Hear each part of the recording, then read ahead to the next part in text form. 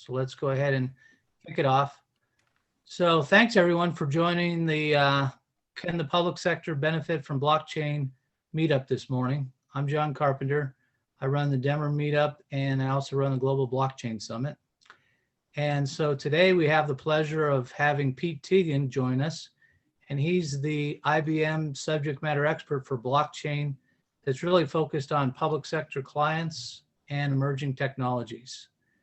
And he provides his thought leadership, education, and practical insight to all types of government leaders on how to use and really benefit from blockchain solutions. And he also supports the government leadership teams with emerging tech solutions that can fit into their larger overall digital transformation initiatives. So at this point, I'd like to turn it over to Pete. And Pete, thanks a lot for joining us.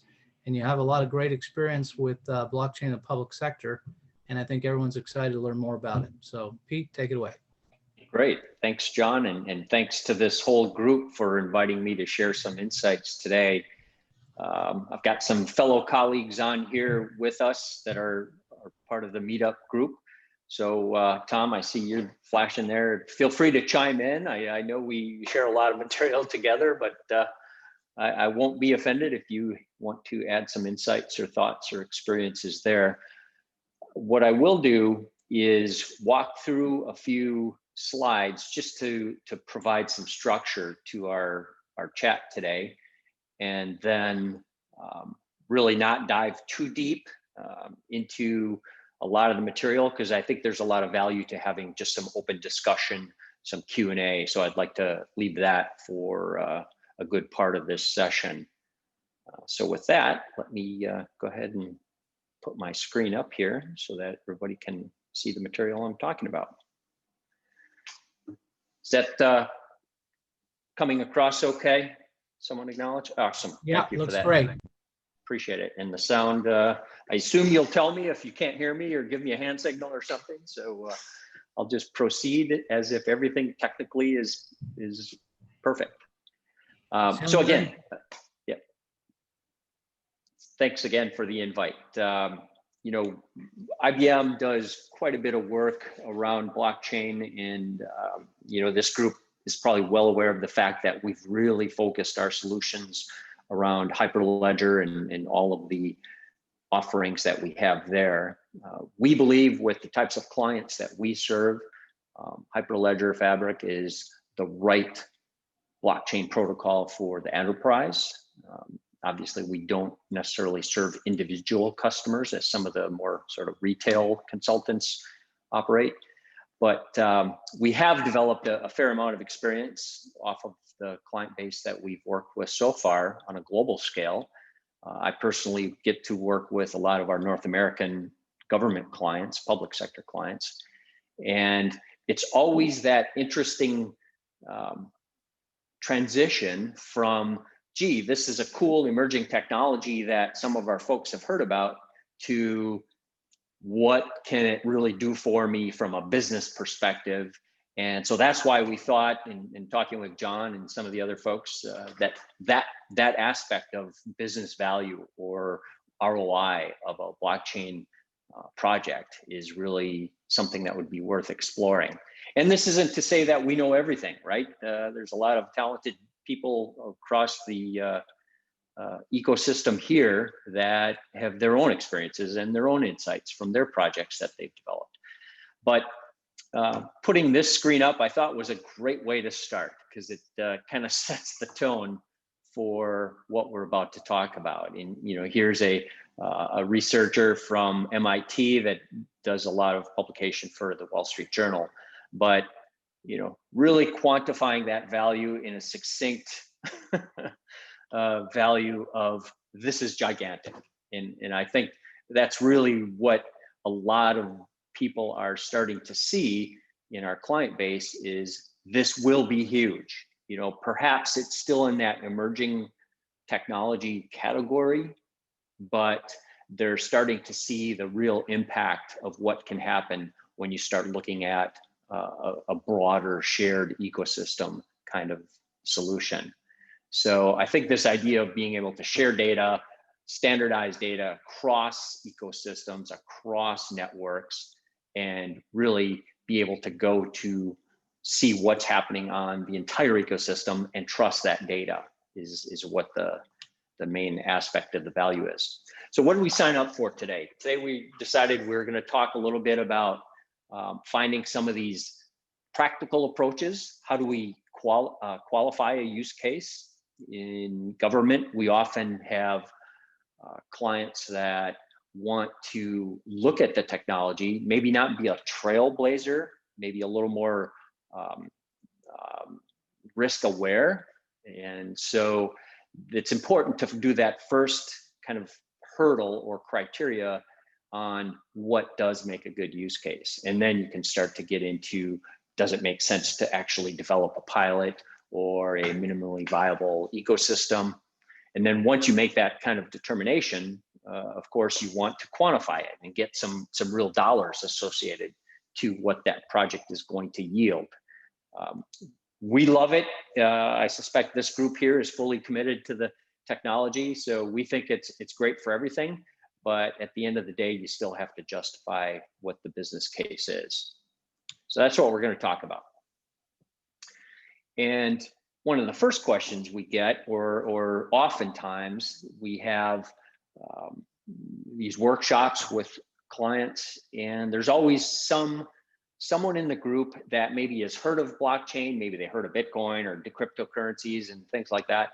And you invariably get the question, why blockchain? Why do we have to use blockchain versus some other technology that's perhaps more mature? And I think a couple of the key aspects here would be that, of course, we can allow owners of data to maintain control of their data. So sort of the anti-Facebook model.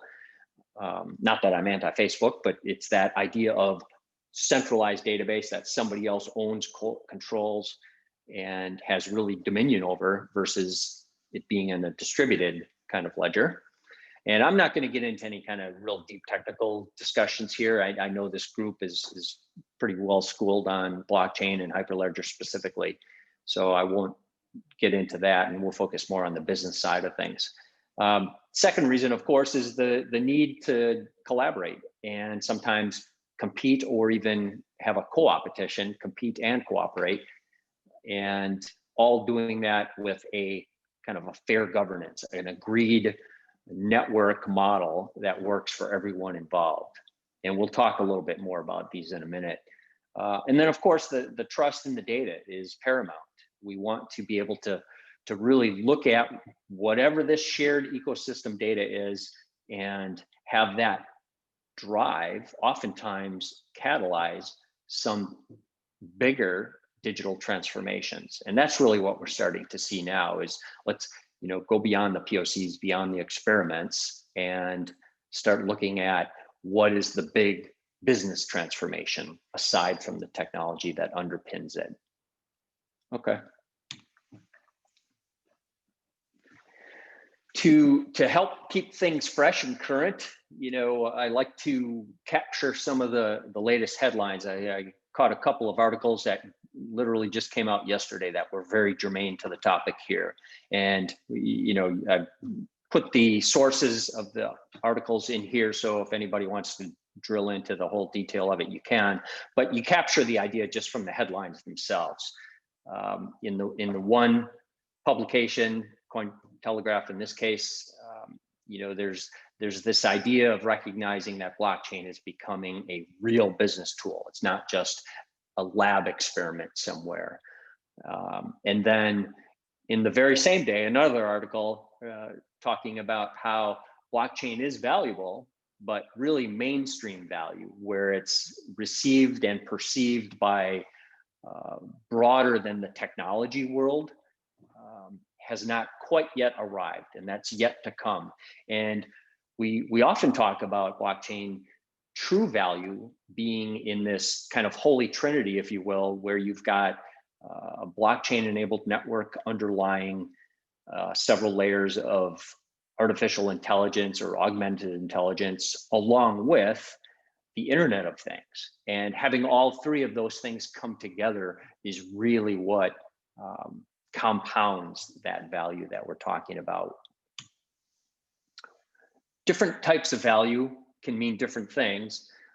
When we're referring to blockchain business value or business model design, we've identified 3 different types of values. And it's that synergies in the marketplace, or when you have different ecosystems being able to transact with each other and end up with a better marketplace, a more frictionless marketplace. So in a government context, since we're here to talk about public sector, you could imagine county governments or state local governments cooperating with federal governments, and even outside of public sector into the commercial sector.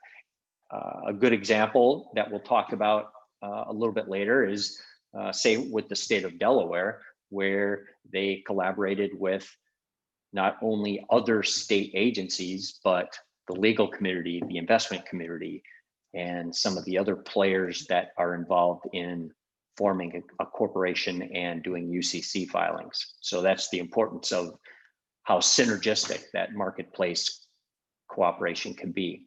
Then you're looking at value of the network effects. And of course, that's that compound value. So as the network grows, the value of that network grows exponentially. And that's an important determination of how we determine ROI in these kinds of examples.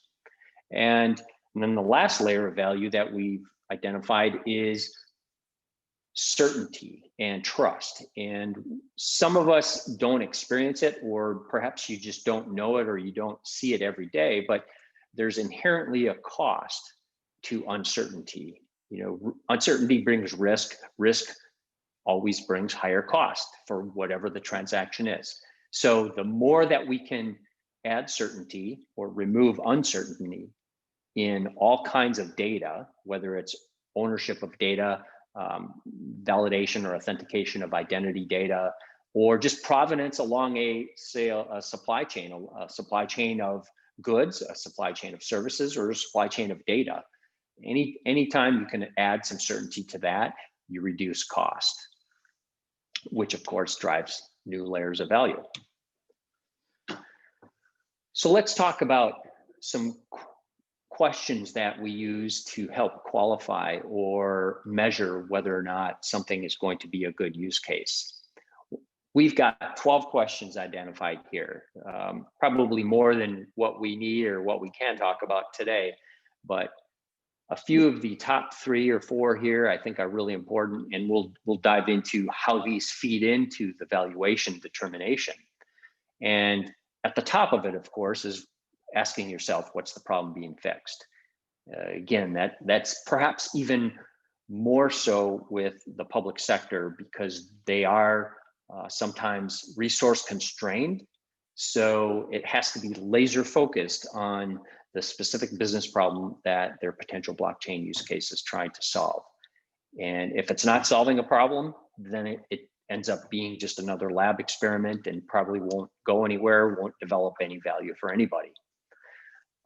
Next question that we could use to help qualify is, of course, what changes with blockchain?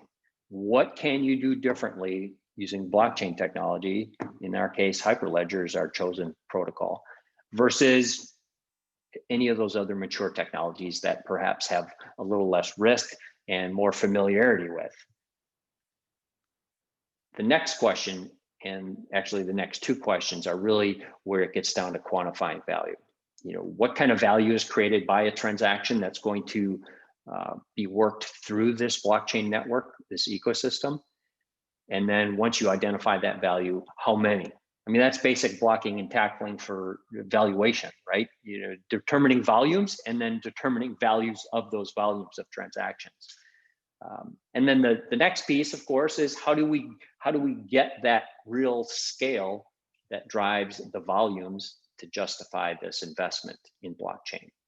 Some of the other questions you can see that also augment those types of qualifiers. What it really comes down to is kind of boiling it down to these 3 golden rules on how we're going to determine business value or ROI of a blockchain use case for a government. Number one, of course, as we just talked about, you want to know what the business problem is that you're trying to solve. We're not a blockchain hammer looking for a nail, but rather it's a great tool that can solve a multitude of problems. So really identifying and articulating that business problem is really important. Have to do that as a first step. Next thing is having the business network. If you don't have a business problem that requires transacting across a business network, in other words, multiple parties, probably a lot of those parties not trusting each other, and if you can't identify that network, that's going to be a tough blockchain use case. Last thing is the trust factor, which really is key across many ecosystems where you have different parties trying to transact with each other. Right now, there's a lot of costs associated with not being able to trust other members in that network. So let's just take that out of the equation and have this requirement of trust built right in. The business problem itself usually boils down to a few key drivers, right? It's either, typically in the commercial world, you would talk about increasing revenue or decreasing cost, or maybe taking some risk out of a particular transaction. No different in the public sector. You know, governments, maybe they don't call it revenue or sales, but they still have to drive top line resource intake. So whether you call it revenue is another matter. Certainly government's public sector has the stewardship to reduce cost wherever possible. So if you can take percentage points out of costs of transactions, that helps everyone. It helps the government agency, it helps us as taxpayers, as constituents of the government agencies. So reducing cost is a real common driver of these business problem values. And then managing the risk that I was talking about. Regulatory compliance, that one is still an important aspect to keep in mind when we're talking about ROI and driving value. But it's often the government, of course, that is the regulator. So that typically comes into play more on the commercial sector side. And if it helps them comply with regulatory requirements easier, makes the experience better for doing business, that's a fantastic value driver as well. And we'll talk about how that really motivated what state of Delaware was doing. We've had a variety of conversations with other states. Wyoming, I know, is fast moving. But anything you can do to make the regulatory environment more predictable, less friction, I think really creates value for your state. And how do we do all that? It's really doing this business value design, blockchain value design, in identifying where some of these come into play. We talked about the other golden rule about it have to be a business network. So in this case, you know, again, you have multiple participants in a transaction with relative autonomy. So they don't want to be beholden to any one particular party in the transaction or in the network, but rather still be able to seamlessly move across either within that network or across networks of networks, right? And a big part of why we chose to go the route that we went is firmly committed to open standards. And of course, you know, Hyperledger is a key piece of that for us. But really understanding that value at the member level and then how that aggregates up to a network level is really important here. And trust, you know, it's hard to put a quantifier on trust. We have some proxies that come in to help us do that. And again, it's around removing risk, removing uncertainty, and then attaching some real dollar amounts or percentage points to those kinds of things. Couple of challenges that we've often experienced, maybe not often is the right word, but that you will see, is that creating a network is not easy. It always sounds great at the outset and everybody wants to sort of work together, but when it comes down to it, governance of a blockchain network is one of the harder things to really get started. You know, it requires members of this network to not only have knowledge of their industry, but of their business and you know, potentially other businesses that are in that network as well. And the other recognition is that blockchain is typically a small part of some of the larger global networks that we've seen put in play already. And that gets back to that point I talked about earlier, where blockchain is often an element or a catalyst of a much larger digitization or digital transformation effort. And another challenge is just pure inertia, you know, where if you're in a comfortable top position, it's oftentimes easier just to stick with what works today. In government, we see that a little bit. If there's not a real motivating force to take a change, then often it's hard to get that inertia changed. Ironically, some crises usually create that motivation. A good example is with this whole pandemic. We've seen a lot of applications, use cases come around helping federal government, state government, local governments, and us as individual citizens of the country using blockchain solutions to help address a variety of pandemic related problems. We'll probably see some really interesting examples come out as we hear more and more about the vaccine program on a national scale. I mean, you talk about a complicated network and a complicated supply chain and a strong need to trust in the data that's flowing through all these different parties in this vaccination program on a national, global scale. Blockchain is a great fit for that kind of scenario. And then, of course, the opportunity is that the rewards grow, as we talked about, in this network of networks. You get that compounding effect. So some challenges, lots of opportunities, again, reflecting back to that image we saw at the beginning. It's gigantic, right? But it's not easy. And then this little quote at the top right of the screen here really kind of puts that essence down to it, where you have this revolutionary technology that changes everything, but revolutions are not always easy. It just takes a lot of hard work, and that's what we're going through right now over the past couple of years. Let's start looking at things a little more quantified here. Want to make sure. Okay, I see some questions coming through the chat. I appreciate that. Yeah. Pete, yeah. I think, well, let's just kind of hold some of those questions until the end of the presentation. Yep, and then visit them. Perfect. I think they're good Thanks, questions. John. And I think it's better to kind of go through the presentation first. Perfect. Yep. I just want to make sure I wasn't getting someone chatting to me that I couldn't be heard anymore or something like that. So good. Okay. And I welcome all the questions. We'll take care of those in a minute. So coming down to how do we actually quantify this? We've done a variety of networks on a global scale. We've done several government-related networks, some in the federal space, the state and local space, and of course, other global governments as well. And overall, we kind of identified these three buckets of costs over the 3-year model, and kind of identifying at a rough level where those costs fall in percentage relation to the total.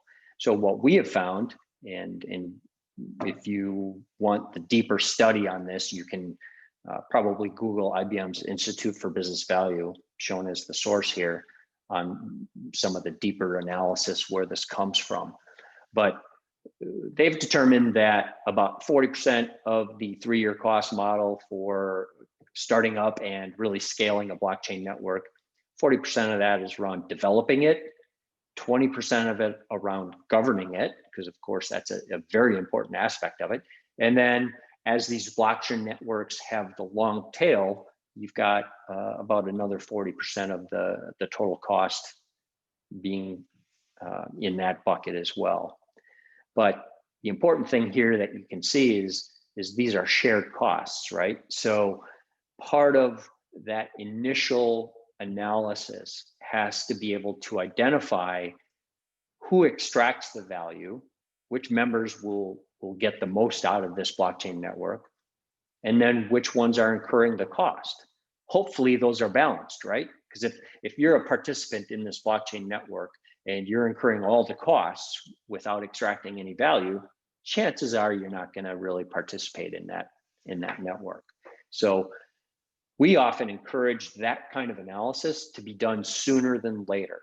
There's this temptation to, oh, let's just get started. You know, let's just create a pilot or an experiment and see what falls out, which is great. I strongly encourage active deployments of blockchain networks, but not to ignore some of the ROI that really is going to make it successful from the outset.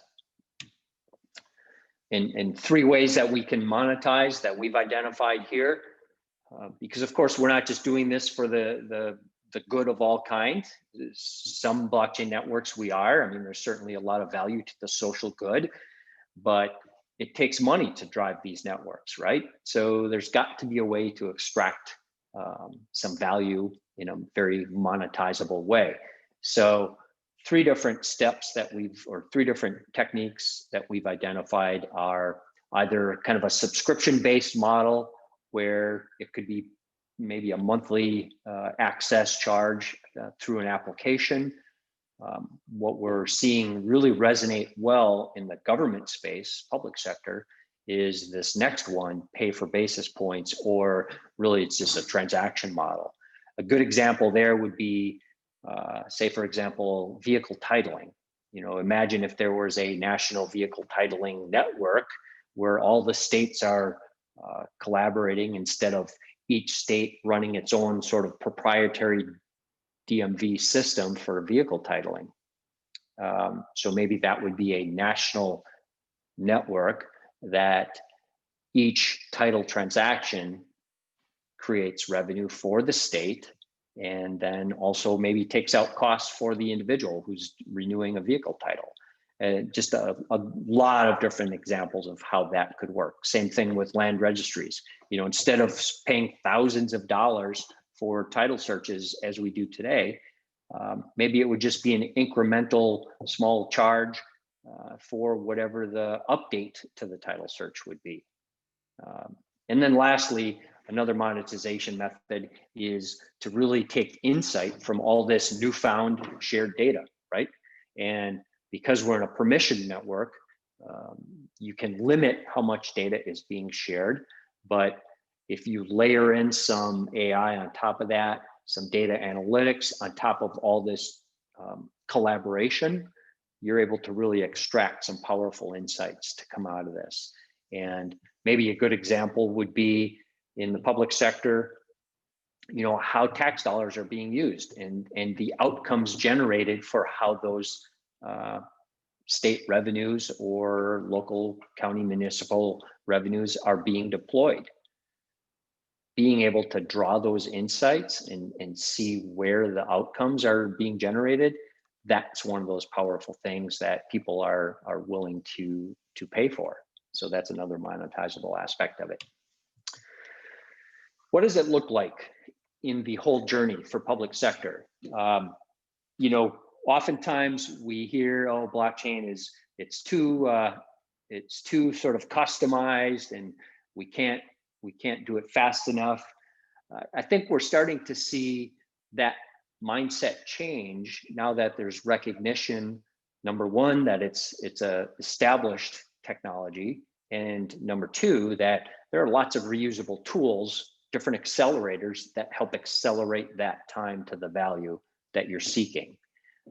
So it's not that 3-year kind of rollout, old development kind of system, but rather something we can really start to see value of in a few months, maybe even weeks, and really get to scale very quickly within a year, for example. We can do that because of the agile development techniques, and really scaling of the network starts to compound. As we talked about, using open source instead of being proprietary software locked, that really keeps things fluid for all the different ecosystem members. And then again, this path at the end of the day really sparks digital transformation. And that can be either kind of a replacement of legacy systems, or if we run a shadow chain on top of legacy systems, maybe we use some API tools to extract from these legacy systems underneath. That can also help accelerate things. But the main point I wanted to really show in this graphic here is, number one, the timeline, but equally important and specific to this conversation today is the business value assessment. When does that happen? And when do you prioritize what use case you're going after if you have a multitude of use cases or potential use cases to look at?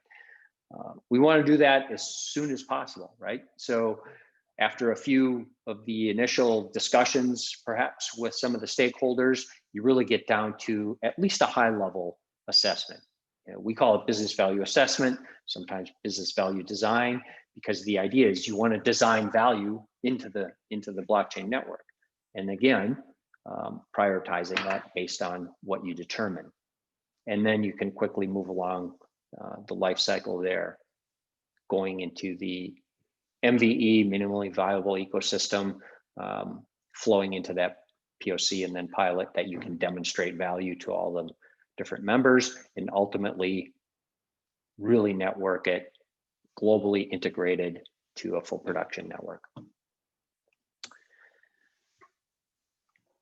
So recapping, I think we've looked at these for about 30 minutes now. I want to leave enough time for any Q&A that we can talk about, but it comes down to these three things, right? The three golden rules we talked about: knowing when a good use case is staring you in the face, and then how do you integrate across multiple blockchains, network of networks kind of effect, to get the fullest value. I think those three things are key points that we'd want to walk away from this discussion. Now, what I'd also like to do, that concludes the slides, but I wanted to show just a little bit of visibility around a tool that we use to help quantify this. So it's not just this subjective, yeah, let's just throw some numbers on a slide to say what the value is, but rather a very methodical kind of ROI analysis. So I'm going to just flash this up. I can't share this really because it's proprietary information, but the idea is to show that there's a very methodical approach to doing this. In the work that we do, the point is that this model, this ROI model, isn't the end answer, right? It's a data point that helps inform decisions with the government client that we're working with, or equally on the commercial sector side as well. And you can see across the bottom here that I'm sharing, there are a variety of tabs that we go through multiple iterations with a client. This is some sample data just so you get a sense of how we put all this together, but a very deep and thorough analysis with the clients, multiple iterations on the data, extract, have some conversations, do some calculations, do the playbacks, see what resonates, test the resiliency of the data, and identify who the different stakeholders are in a particular ecosystem. And then start to really get down to something quantifiable, knowing what the pain points are, and then what specifically changes with blockchain. Because remember, one of the key things we asked ourselves at the outset was, why blockchain? What can we do better or differently using blockchain? And then start to talk about what are the incentivization models?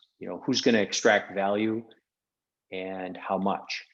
And then you get down to that unit of measure that we talked about, where you want to identify, getting down to some very discrete, concrete percentages and dollars, where it's typical financial analysis, where you're putting a value on the ecosystem, determining how large or of an addressable market that ecosystem is, and doing initial estimates of how much of that market is going to participate in this network, and then ultimately concluding into a bottom line ROI. And that's what it's all about. And that's where it really resonates. When you start to see dollars received or extracted compared to dollars invested, right? I mean, that's ROI 101 kind of stuff.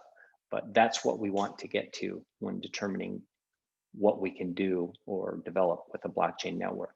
So hopefully that was helpful. Glad to share some thoughts there. Welcome any comments or shared experiences, any questions, open to it. Yeah, so Pete, I'm going to just kind of run the Q&A here, and then we'll go from there. But the first one is Michael Novak, and he's on the call. So Mike, you want to just ask your couple of questions directly to Pete? Yeah, sure. First of all, thanks for putting this on, Pete. This is a good session. My question that I'd asked had to do at a very high level with the acceptance of blockchain. I'm out in the mid-Atlantic, and many times when I talk with public sector officials, it's like, oh yeah, blockchain. Well, we don't need to do crypto. And so I'm like, no, okay. So, it's always the education of bingo. What is blockchain today, not 3 years ago? But I'm curious what your perspective. Do you work with feds or do you work with state and local? Both, yeah. And you just said a key word, a lot of it, which, for us that have been practicing in this area for a number of years now, it sometimes surprises me how much education and awareness is still required. Yes. And oftentimes re-education, because like you said, there's perhaps been an experience, or maybe someone read an article of how a cryptocurrency wallet was hijacked, and Absolutely. that just sets the tone for everything. And, as soon as you talk about blockchain, well, that's how it gets pigeonholed in that one sort of one-off bad example, which wasn't even blockchain related, right? If someone wants to hack a wallet. So yeah, there's still that education. I think what I've noticed over the past year, and again, looking at how the pandemic has sort of forced people to think with a new sense of urgency on doing things Yes. differently, doing things Yes. digitally. I wouldn't hope for that for anyone, but it certainly has created a new sense of urgency for trying things differently. And I think blockchain fits into that conversation. So my experience is there's a new receptivity to having those conversations. Now, the tough part is getting clients or public sector to focus on something that's not an immediate fire of the day, right? Because I mean, poor choice of words, but there are literally fires all over the country right now, and in a variety of examples. And so getting them to focus on something like this, unless it addresses that immediate need, is probably still a bit of a challenge. So if I may, John, can I ask my second question I have listed there? Oh yeah, no problem. We've got a few more here, Pete, that are coming through. Yeah. So go ahead, Michael. Yeah, I don't want to monopolize. So the second part of my question was, when you were talking about the blockchain, that was the first thought in my head is, how do you get the public officials off of the infrastructure? Yep. And so my follow-on question has to do with things like smart contracts or digital identities. Have you seen any interest or knowledge from the people you talk with about what these things are and why I should care, both at the federal and state level? Yep, absolutely. Definitely interest. Usually more around the business side of things. At the outset, maybe 3, 4, 5 years ago, there was that curiosity. Oh, I heard about this new technology. And it would tend to be a very technical discussion, Yes. perhaps with the CIO's office or someone in that group. Whereas now it's more of a business solution discussion. And, it just happens to be blockchain enabled. One of the things that we've even learned ourselves is we don't necessarily have to lead with blockchain as the solution. It's just, what is the solution that's needed? All right, let's look over the landscape of what's possible to use. And Oh, in this case, blockchain is the right hammer. And then of course, getting into the deeper dive technical discussions on why, for example, smart contracts might be the most efficient way to execute on something. Thank you. Pleasure. Okay, Thanks for perfect.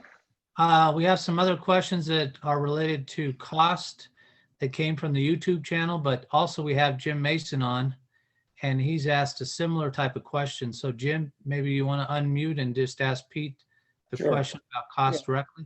So Pete, Jim, excellent there you presentation. are.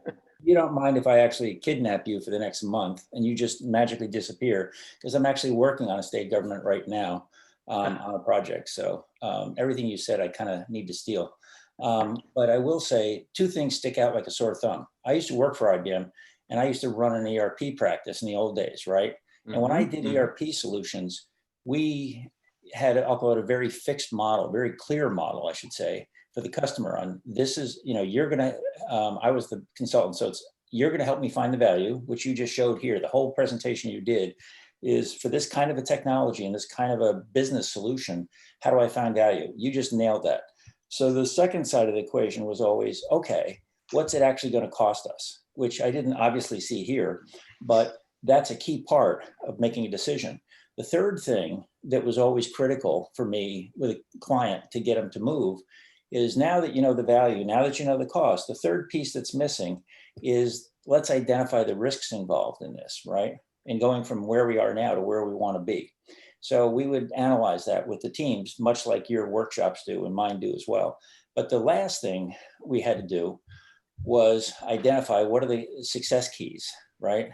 And so it says, okay, now that you know those first three things, you see the value, you understand the risks, what are the success keys that are going to drive this thing to where you want it to go? And how are we going to manage that? So those are the four pillars, if you will. The cost one was the big one. In my case, I'm sort of at a blank on that, because I realize the gap is on my side of the fence. Just like you say with a client, I'm looking at a state and saying, okay, I need to fill in the blanks, and you guys are the ones that have the knowledge. And so what I saw was you had one thing out there that sort of helped a little bit. You said the use of accelerators, right? Remember that? Yep. So just think for a second, if we looked at backward at a project and said, here's the solution we built, TradeLens, right? What would it have looked like cost-wise with accelerators and without accelerators, right? There's a difference there in theory. Right. And so the key for me is try to find what I can for my problem with where I can identify potential accelerators. The one thing that seems, especially in public sector, critical, and I'd like to get your thoughts on it, is we're looking, in public sector, as you said, we're usually the source of authority for a lot of things, right? Whether you're the federal government, state, local, whatever, you're the source of authority, whether it be land records, whatever. And so as the source of authority, one of the biggest things that comes up as a starting point is, and for me, it's not things like, TradeLens or supply chain, it's identity, right? Exactly. And so we're starting with the theory that we're starting with an identity blockchain and saying that's where we're going to go. In fact, we're actually looking at decentralized identities, right? SSI as a model. Yep. And say the starting point is, I guess the pitch I have is it's a two-pronged thing. There's value in it directly, right? Kind of like you said, in a workshop, you can help the participants find the value in what that solution is. But the second thing for us, back to your other point, and when you're talking about technologies, this is a foundational investment, much like putting a basement under a house. But if we do the SSI, investment, if you will, we can build more on top of it. And if we don't do this, we're stuck with what I call existing identity systems. And I'll say government is a great place and probably the right place to start with rethinking identity, if you will. So I was interested in your thoughts as well on that and cost. Couldn't agree with you more. That is one of the most foundational threads of just about any blockchain use case that I've been involved in. And whether you call it, our personal digital identity or a corporate identity or an asset identity, that authenticated, verifiable, trusted identity is really, it's so foundational to everything you do. I mean, you brought up TradeLens as an example. Maybe we put it in a public sector context and think about driver's licenses, right? All those data elements that fit into a driver's license, you want to be verifiable, but permissioned so that you're not sharing all of that data with people you don't want to share. Maybe in a land titling example, it's authenticating the origination of the land parcel itself, as well as the owners, and authenticating the identity of those individuals. Same thing in a business filing or UCC filing case. That's a great one that people can really get their heads around, because if you're on that business side of the world, UCC filings basically is the secured lending of the commercial world, kind of like we do with our houses personally.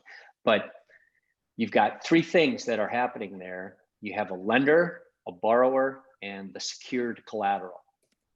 If you can't authenticate the identity of all three of those things, you're really not achieving any value to that. So 100% agree with you, Jim. And those are excellent comments and great feedback.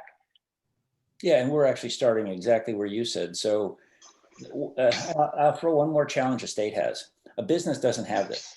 IBM does not have to serve every single business on the planet to be a very successful company. You get to say, hey, wait a minute.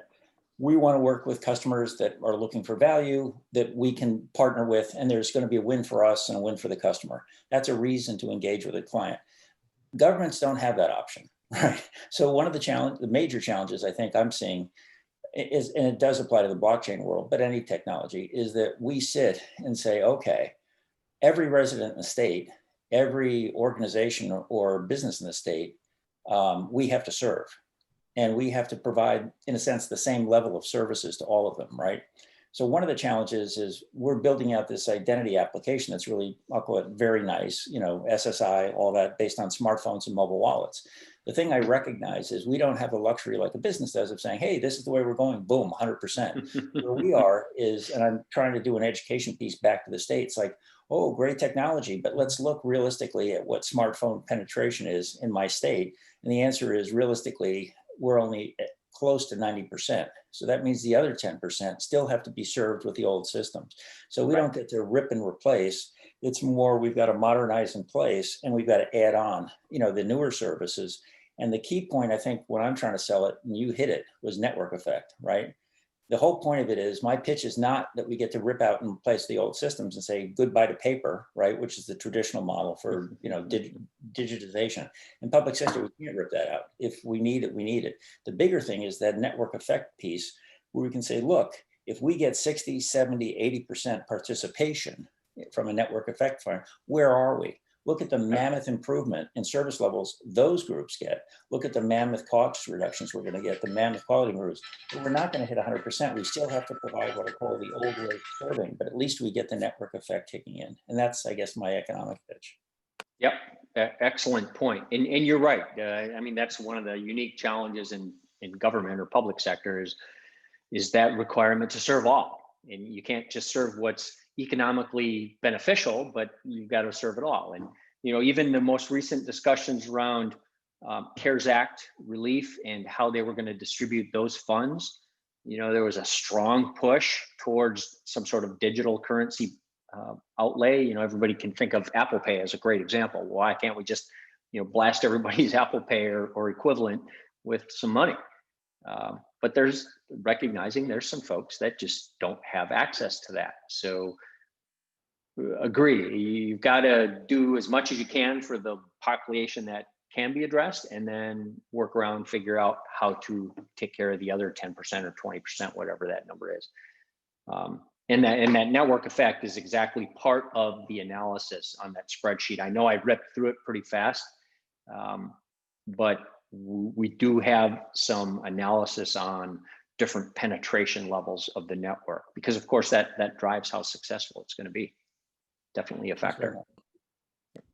Great stuff, Jim. Thanks. Yeah, thank you, Jim. I really appreciate your great insight and good discussion. Pete, we have another wonderful question here, and this is coming from Shannon from the city of Los Angeles. And Shannon, if you want to unmute and just ask your question, that'd be great. Sure. Thank you for the time.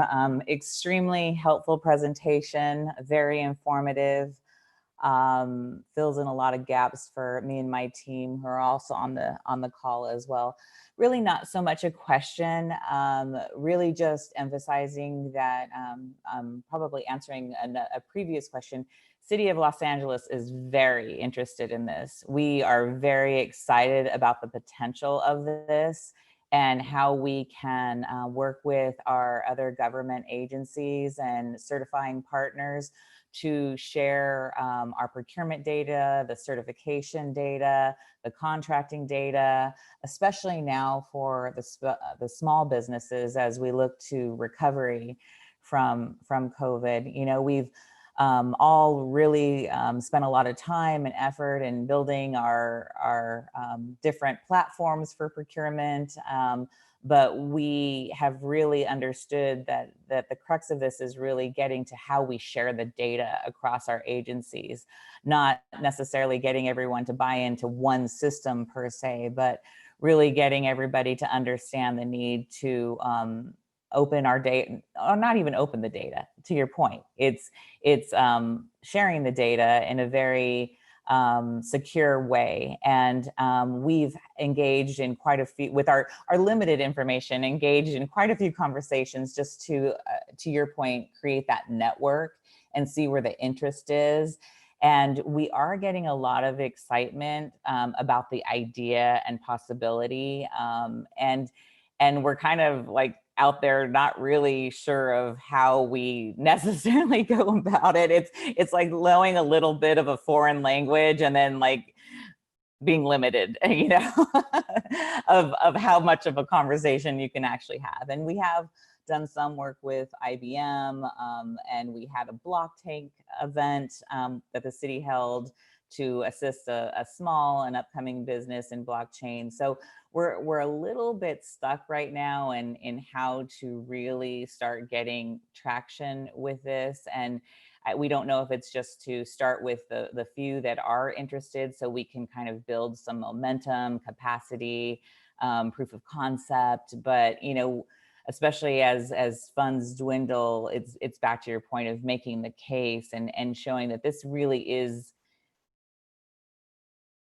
the, I don't know if I fell off, is the better way of doing business. So I will end my comment there. And again, just thank you for the time.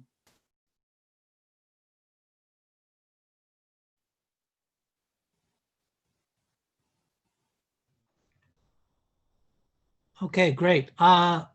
Pete, sounds like you're on mute there. I'm going to ask you a quick question. Oh, yeah, sorry. Yeah, I just wanted to point out, Great. when Shannon had her comments, I kind of heard, well, I heard a lot of things, which were great insights. Thank you. But I also think I heard, which we hear with a lot of our clients, is we're not quite sure where to start. You know, we're curious enough. We have some sort of, you know, ground level support, but we're not quite sure where to start. And that's where this, you know, this first sequence in the path here, the journey, really talks about having those kickoff briefings where it's some of that education and awareness building that we've talked about, and doing a lot of discovery. It's asking a lot of questions. And through that process, Shannon, you'll see, you know, whether it's City of LA or County of LA or even State of California, you'll start to see all the interactions and the lights for all the data sharing that takes place really starts to flick on.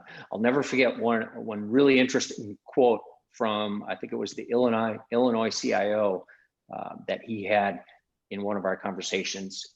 You know, as his job, CIO for the state, he is the steward of all data sharing agreements, data use agreements across the state of Illinois.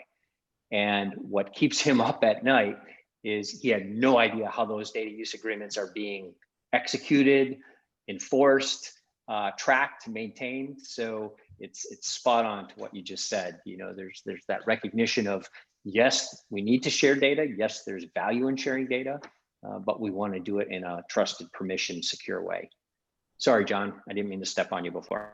Oh, no, I think the main thing is let's answer Shannon's question, because it sounds like, you know, the city of Los Angeles is really forward thinking here and it would be a great implementation case for blockchain.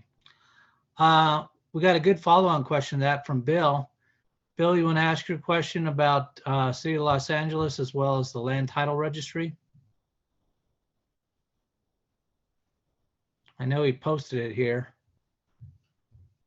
and I don't know if he can unmute or not. One thing I will say, Pete, what I was trying to follow up on there was, you know, I know you had implemented the solution for Delaware around their corporate registrations, and I had the pleasure of joining the Wyoming Blockchain Task Force, where Andrea Tinenow did a testimony about her, you know, experience with using that system with the state of Delaware. And really, she gave a resounding, you know, acceptance that that was a great solution. And as Wyoming, you know, tries to continue to pursue their initiatives around blockchain, you know, that this was a great way to really integrate blockchain into a public use, public sector implementation that would really benefit the state. Yep. Yeah, glad you caught that. And yeah, Andrea is a great champion of blockchain in general, right? So I think any of that kind of support is fantastic. Perfect. So Bill, I don't know if you can unmute here, but I guess I'll just read off his question here to you. Pete says, good to read. City of Los Angeles is interested in pursuing blockchain. Is there an open registry or other agencies exploring public sector use cases? For example, who's already exploring real estate use cases like land title registry? So Pete, you want to talk a little bit about who's doing that in the land title space? Sure. Globally, a lot of different jurisdictions are looking at it. Two very local examples, maybe not Colorado, but next door in Wyoming, you've got Teton County and Carbon County that have already put in some level of land title registries. So I know there's a variety of use cases, and it's a great example because you have an asset and multiple transactors that want to trade on that asset, and it has to be trusted. And the benefit of that entire life cycle of data being immutable, I mean, that's the classic land title search, right? So it screams for blockchain as the solution. Perfect. So we're coming up on the top of the hour here. I would say if anyone wants to ask one more question, we're good. Otherwise, I generally like to keep these meetups to 1 hour, just, you know, make sure we're respectful of everyone's time. So if there's not anything pressing, looks like. John, this is David. I might have one thing to add. Okay, go ahead, David, you're up.